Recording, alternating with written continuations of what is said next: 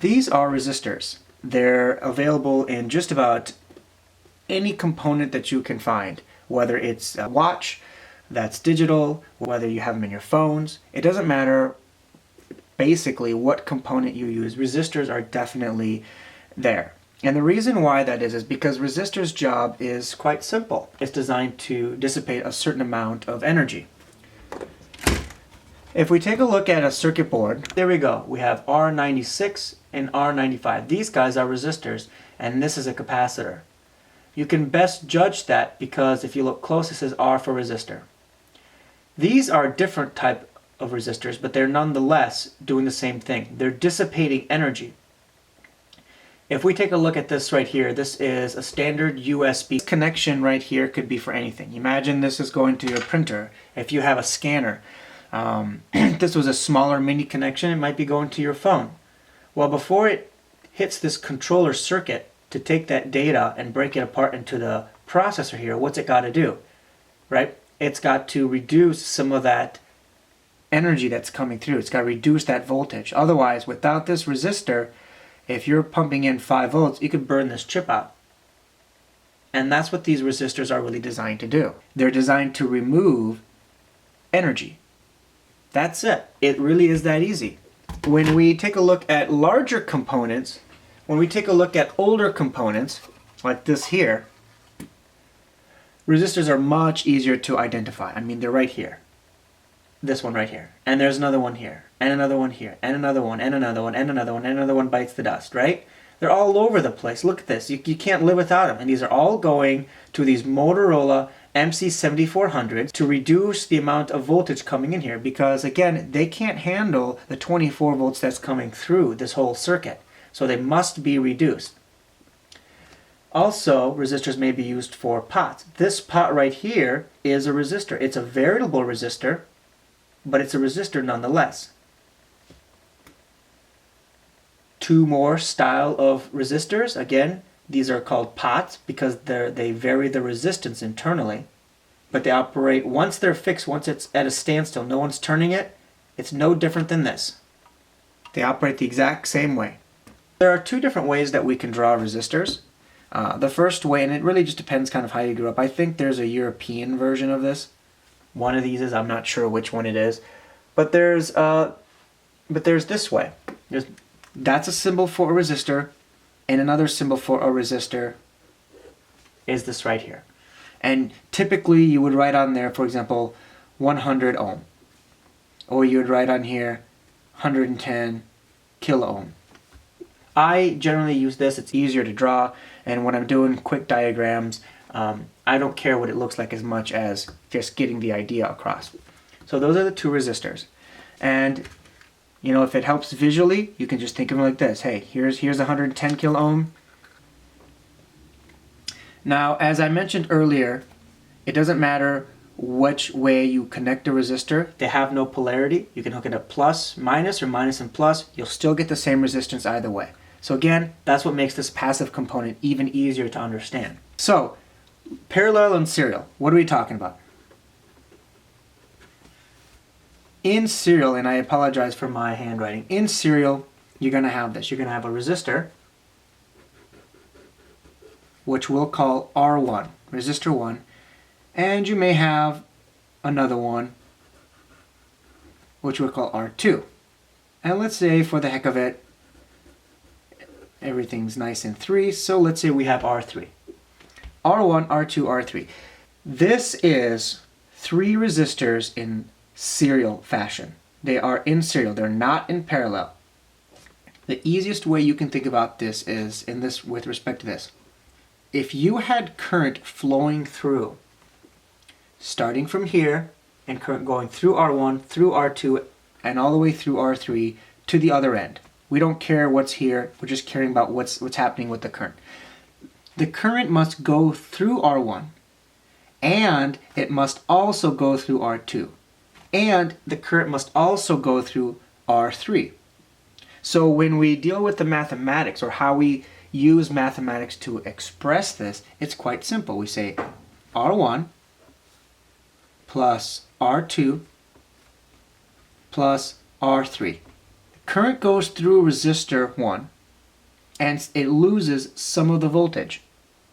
And then it goes through resistor number 2 and a little bit more voltage is being lost because there's a voltage drop across this. And then it goes through R3. Voltage is lost due to heat.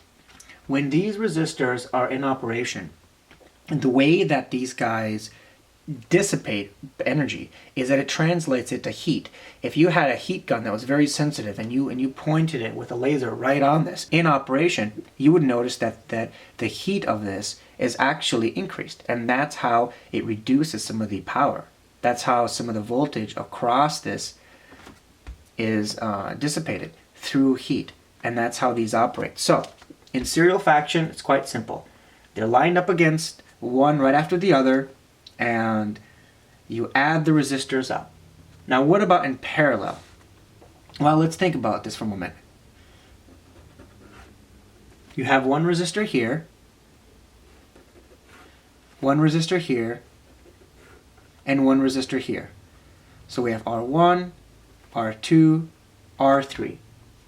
Now in order for these to be in parallel, they must all be connected.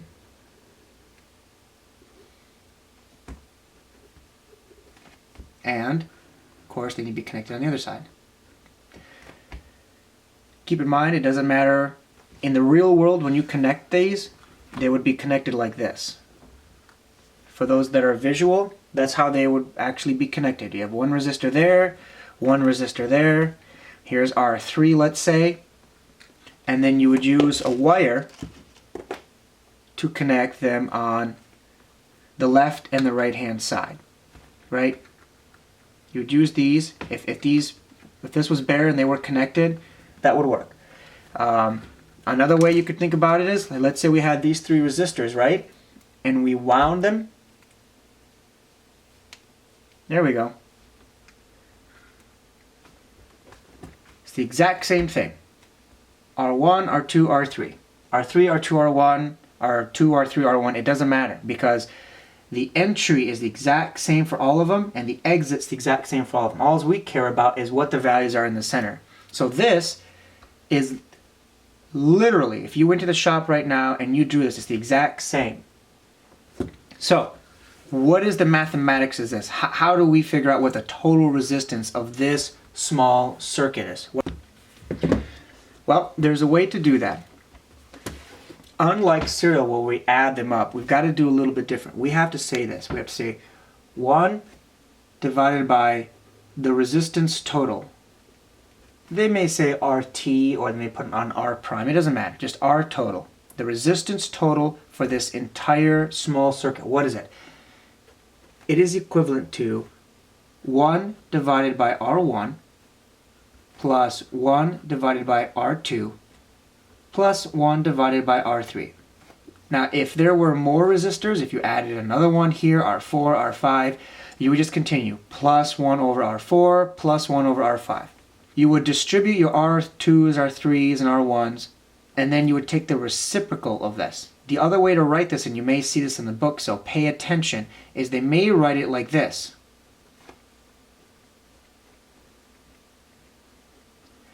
And the only reason I share this with you is some of the older books may try and, hey, do you remember this one time where if we put a -1, sorry about that, if we put a -1 over the symbol, it meant the reciprocal of, it meant 1 over R total? That's what this is right here. This is so messy, I apologize. So it should be -1. That means the same thing. So just keep in mind that the symbolism, don't let it fool you, don't let it stop you for a moment. It means the same thing. It just means this. So you combine all this, you take the reciprocal of it, and that gives you RT. Just so we don't end up doing math all day, what I'm going to do is I'm going to do something a little bit different. Let's assume we have just 2 resistors, okay? And they're in parallel, and we have R1 and we have R2. Okay? Then what's the mathematics for this one? It's going to be, again, 1 over RT is equal 1 divided by R1 plus 1 over R2. Because we're going to verify this later on, and I want to show you that we get the same answer, that it's not just magic huffery puffery. And let's solve for this. Now, because this is the reciprocal, we want to find what RT is. What is the resistance total, not the reciprocal of that.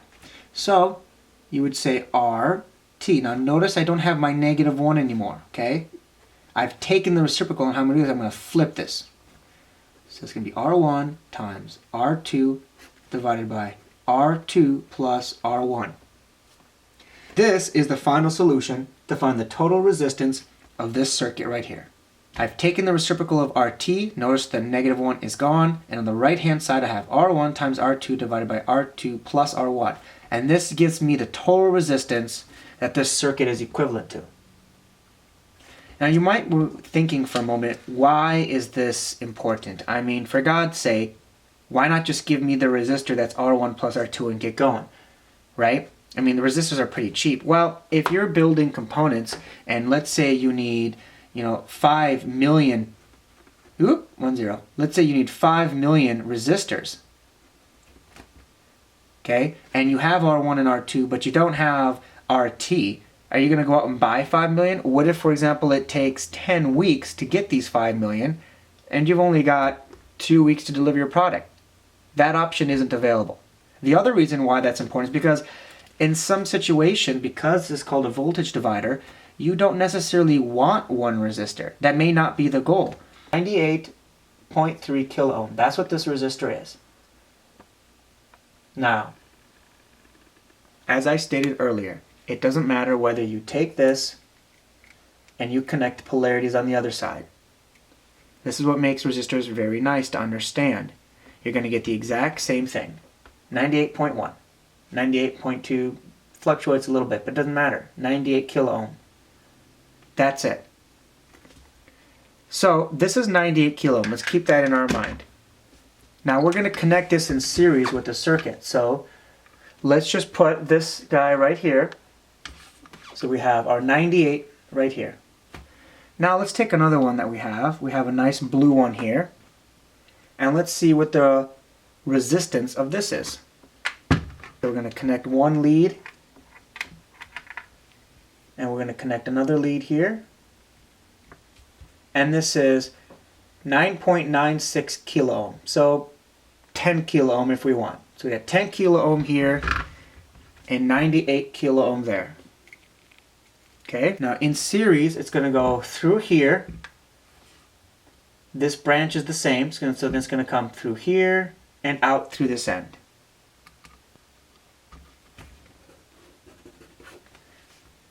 .98.3 kilo ohm, and we had like 9.96 kilo ohm. Now we had stated before that when these guys are in series, they're going to do what? We're going to add the resistance of them up, right? So it becomes 98.3 plus 9.96, and that's going to give us the total resistance. So RT, and we should probably put kilo ohm there. So what does that give us? Well, 98.3 plus 9.96. Okay, that gives us 108.26.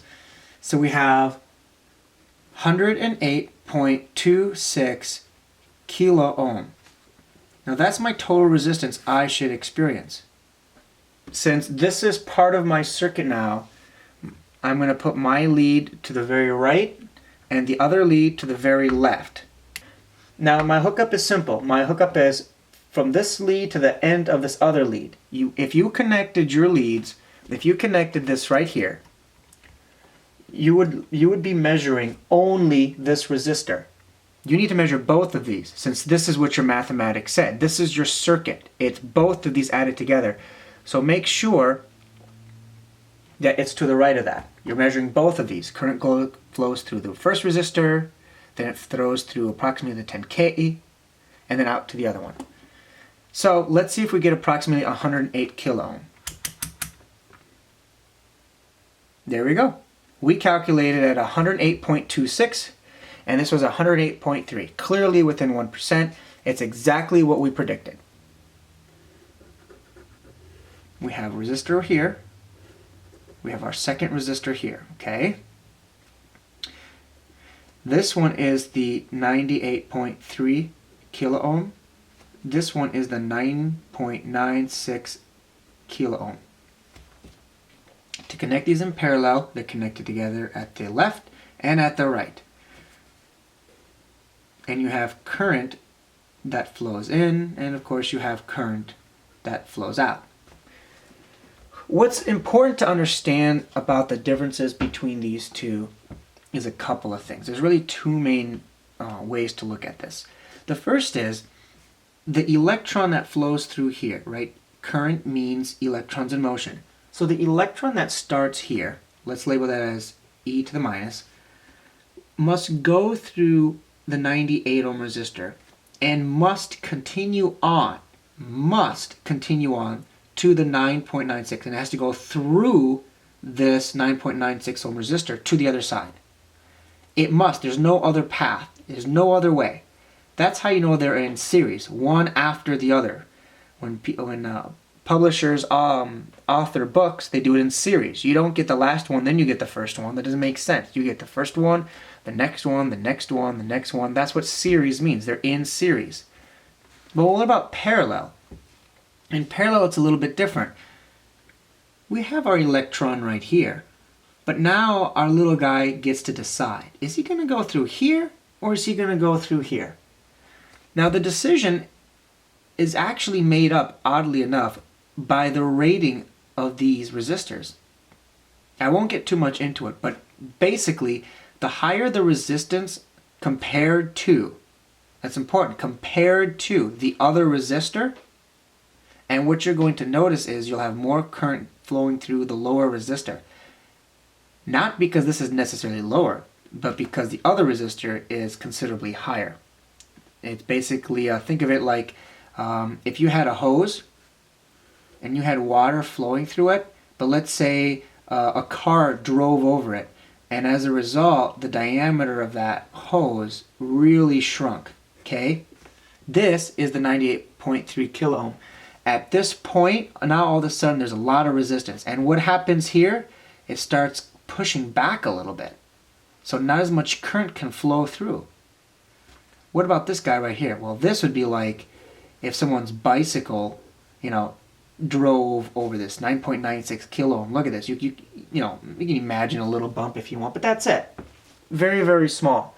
And clearly you can get a lot more water, a lot more current, if you will, to travel through here, basically unaffected than you could here. That's what's going on here. So this starts backing up a little bit, so more current flows through this lower one. All right, sorry about that tangent. I just wanted to explain as much as possible.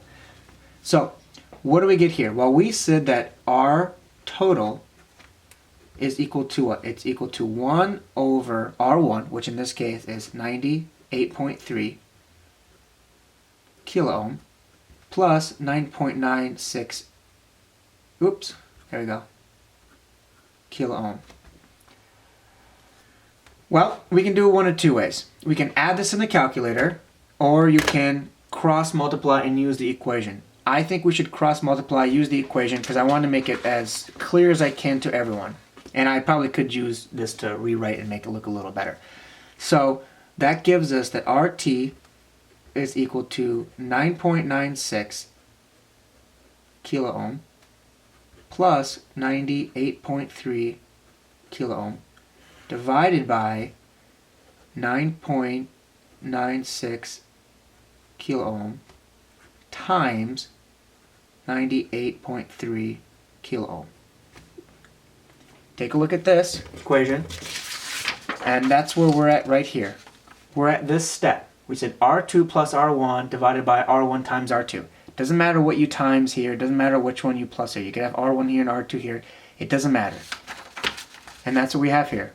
We have R2 plus R1, R2 times R1. So next what we got to do is we have to get the reciprocal of that, right? Because remember that's RT is 1 over RT. So how do we do that? Invert everything, or flip if you will. It's just equal to 9.96 kilo ohm times 98.3 kilo ohm divided by 9.96 kilo ohm plus 98.3 kilo ohm, which is equal to what? I don't know. In the numerator, we have 9.96. If you would like, I can do times 10 to the 3 for those who probably maybe won't like to see that, times 98.3 times 10 to the 3. So this is the times 10 to the 3 is the kilo ohm, and we have 98.3 times 9.86. Okay, we're going to divide that entire quantity by, that's why I put in different parentheses, by 9.96 times 10 to the 3 plus 98.3 times 10 to the 3 kilo ohm. And what does that garnish us? It gives us, that means that RT is equal to 9.043 kilo ohm. Here's our resistors. We used them before. Now recall, at this point, it's still a serial connection. I have not disconnected them yet, so current goes through one, and then it must go through the other. These two are connected there. So in order to connect these in parallel, keep in mind, this is the picture. Both resistors' ends must be combined. I'm going to put resistor 1 there, and the other connection I'm going to put right here. Now these are in parallel, and I can verify that. I'm not going to guess, I'm going to verify. How do I verify that? Right here. So this is connected to the right hand side, on the left hand side, and these are all 1 unit. So we should expect around 9.043 kilo ohm. Let's take a look. Not a surprise, 9.04 kilo ohm. So again, this is what makes mathematics and science and physics and biology and chemistry, it's what makes this amazing. It's predictable. Using this type of methodology, using the logic, I mean, it's what makes science so beautiful. It takes all the uncertainty and ambiguity and wishful thinking, it takes all of that, throws it out the window, and you can come up with a systematic, logical way of making circuits, of making chemistry, and using physics, and solving so much of life's problems because of something as simple as this: predictability.